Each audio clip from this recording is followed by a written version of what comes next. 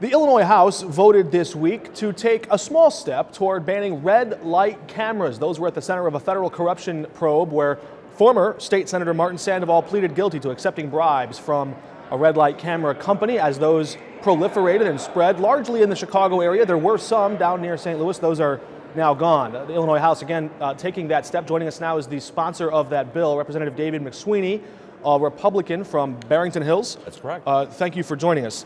I want to ask you about your bill because as the debate unfolded here, there was your bill would not completely ban red light cameras. The bill that passed out of the House and now moves over to the Senate would really just ban about 15% of the cameras that exist now in non-home rule places, which basically means small cities and towns, where they really don't exist much anyways. Well, let me say a few things. First of all, the red light camera program in this state is corrupt. I passed the same bill in 2015. Senator Sandoval killed it. That's one of the reasons that he's going to jail. So this is obviously a bill that's very important. And to be clear, 101 municipalities have red light cameras. This would actually eliminate it in 45%. So the 15% of the number municipalities. Of the municipalities, the 50% is skewed because of Chicago. That's why most of the cameras Aurora, are in Chicago. And Naperville and all of the big municipalities. So people in your district, people that live in your district still drive through all those big cities. Under the bill that you passed, they're still going to be subject to those fines. 85% of those cameras are still going to be up for now. So let me ask you this. You're right. Sure. The red light camera industry has been exposed as corrupt. In fact, it has been exposed as inaccurate in many cases. It has issued errant citations when it should not have. We've seen some of that reporting.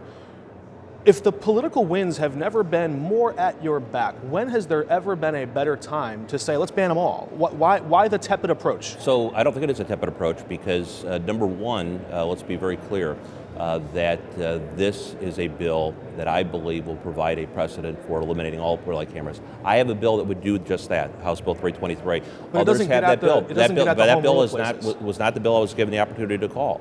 And you said, let's get into that. Given the opportunity, sure. What do you mean by that? Given the opportunity to call is, this is a bill I had on my priority list, which is the bill that passed in 2015. I had two other bills. I had a property tax reduction bill. I had an ethics reform bill to end these cover-ups. Don't you have a bill, or you said you've supported the bill to ban and all I of have them? a bill that actually would also ban all red light cameras. Why not push that one forward? Because I don't believe that'll get out of Rules Committee. How do you know that? Mayor of City of Chicago, well, in fact, it's very clear that it's not going to get out of Rules Committee at this point. So let me be clear. How do you know that? I know that because it's not out of Rules Committee That's yet. not evident to anyone else. I believe it is. I believe it is. So let's be very clear on this. This bans 45%. I will support my bill if it gets to the floor. I will support any other bill that would ban all red light cameras. And we had a governor who you interviewed many times, Mark, named Bruce Browner.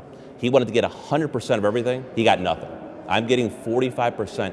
I do not believe. That's apples and oranges. He was trying to he was holding up the entire state budget. I'm trying to eliminate corruption in this workers' state. Comp reform. And you're never going to get me to argue against eliminating all red light cameras. I have been the biggest opponent of red light cameras in this state. I am the number one enemy of safe speed. But I am words the number and actions, one enemy. right? They speak.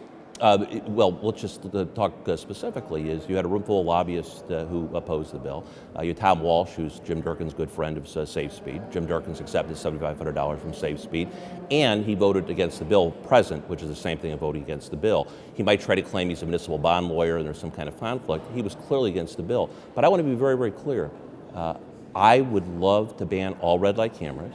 I would call the bill to ban red light cameras if I given the opportunity, and I will vote for any bill. But this is a good first start. So I'm not going to defend red light cameras. It is a corrupt system. It is a system that should be eliminated, and I am glad that I am the only person who's ever been able to pass a bill, and this is the second time to actually take a big bite out of the red light cameras. So with the mayor of the city of Chicago opposed, I'm just trying to get something done. And to be clear, we have a lot of time left in session. I will certainly try to push my House Bill 323. We're only, right now, it's still at the end of February. Session doesn't end until the end of May. Senator Hunter has a bill. Senator Jones, who's my Senate sponsor, who supports the bill, obviously has the ability to work in the Senate. I favor a bill to ban all red light cameras, but I would rather take 45% of something than the Bruce Rauner approach of taking nothing. But there's also this consideration from people like House Democrat Mike Zaleski, who, and I'm paraphrasing him here from this floor debate on Wednesday, but he more or less said, look, there's momentum building, there's pressure building, pressure mounting to root out corruption, to ban red light cameras as a bad tax or money-grabbing device rather than a public safety tool. And he said all this is happening, and your bill may have the perhaps unintended consequence of releasing some of that pressure and deflating some of that pressure before they can get a big bill to do the whole thing. I respect that's his Zaleski. opinion. I really respect him. I have disagreement with him on it. He has the ability to come onto my bill. I'd appreciate if a co-sponsor. Everybody who said that yesterday, they have the ability to be a co-sponsor of my bill, House Bill 323, that would ban all red light cameras. Yeah. And actually, what I would say to Representative Zaleski, who again, I disagree with, but I respect, I think he's an honest person. We have an honest disagreement on this issue. If he supports banning all red light cameras, and he is a very senior Democrat, it would be great if he would join me as a co-sponsor of my bill and help me get that out of the Rules Committee. Have you talked to Leader Harris about that? I have talked to Leader Harris about supporting this bill, and I plan to talk to Leader Harris in the future about a bill to ban the red light cameras. You haven't even asked the chair of the Rules Committee to get the full ban out of the Rules Committee. I've asked specifically for this bill to be handled first, because this is a bill that can be get done. This is the only bill this session that obviously has the ability to, so far, root out corruption, get to the bottom of it, and you're asking a specific question. And I am. And I want to be very, very clear. Some of this does feel a little fishy about what exactly is going on here. It doesn't seem like it's on the level. So let me ask you this question. Hold on, Mark. I would address that point, because you're a very direct person. I'm giving you a very direct answer. This is a bill that will eliminate 45% of the red light cameras in municipalities. That's number one. Number two is, this is the bill I think that I can get done. This is a first step. The red light camera companies are lined up against it. I will say it now, and I will say it over and over again, that I favor a ban on all red light cameras, that I will be working. I will be asking Speaker Madigan. Mm-hmm. That is the person that you would need to ask. I will be asking Leader Harris. I will be asking all of the people who said yesterday that they allegedly favor banning red light cameras to get on my bill, and I would like to call that bill. But I want to start the process to get something done. So you mentioned that you passed this bill, this same bill that just passed this week. You passed the same bill back in 2015. And for 5 years, that bill languished. It never cropped up in the Senate. I have tried. And for 5 years, because there was a chairman of a committee over there named Senator Martin Sandoval, who's now pleaded guilty to federal corruption charges.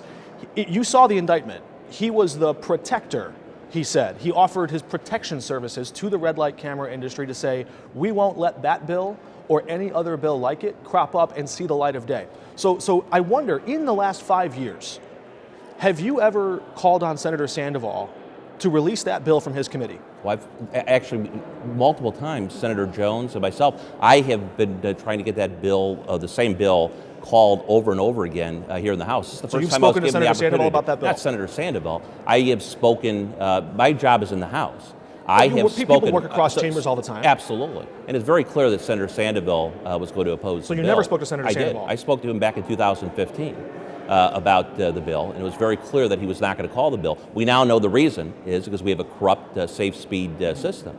So at any time in the last 5 years, you've done this effectively in other arenas politically. Yeah.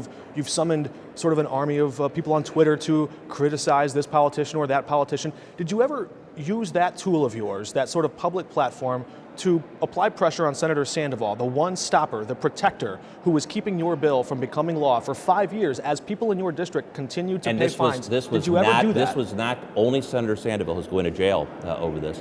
This was other people in the Senate, and I have been, there is nobody who has been... If you ever pointed your public followers on Twitter towards Senator Sandoval and said he's the one guy blocking this bill, because you know how this works. He was the chair of that committee. Because I wasn't clear he was the only person until recently when he was indicted.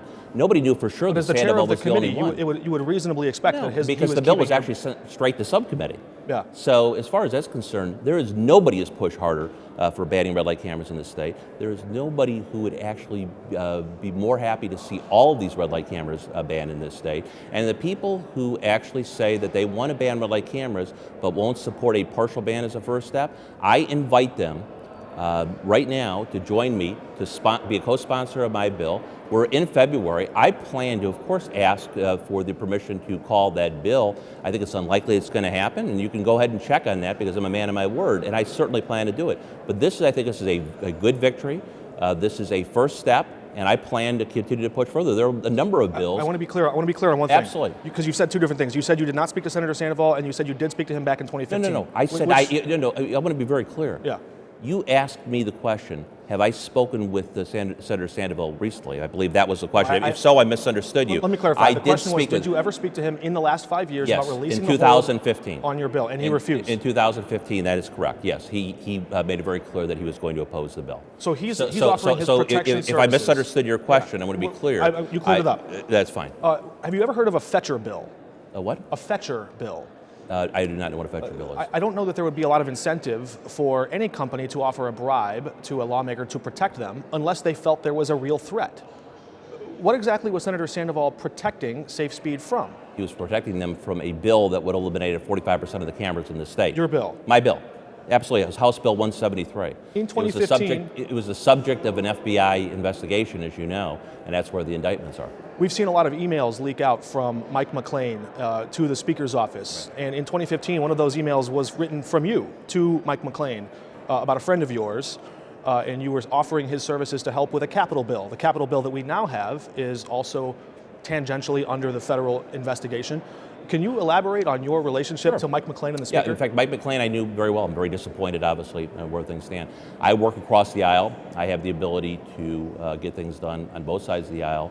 And if I recall, George Balisic was a banker who actually was looking to do volunteer work. He had been advising on the Civic Committee and talked to the Brown administration. He's a Democrat and wanted to offer views on lottery, offer views on pensions, offer views on the Capitol bill, and I asked as a volunteer who would be the best person to talk to. My understanding is that was then forwarded to Jessica Basham. So yes, he was not looking for any type of full-time employment. And you made that clear. That was interesting to me. In your email, you said, just to be clear, he's not looking for a job. Why make that point? Because I would never ask for a job. Is Mike McClain the guy to go to for a job? No, absolutely not. I want to make clear anything that people are actually doing volunteer work. I would never ask for employment. Mike McClain has offered his services to other people to help people find jobs. And as you saw, you seem to be aware of that. No, let me be very clear.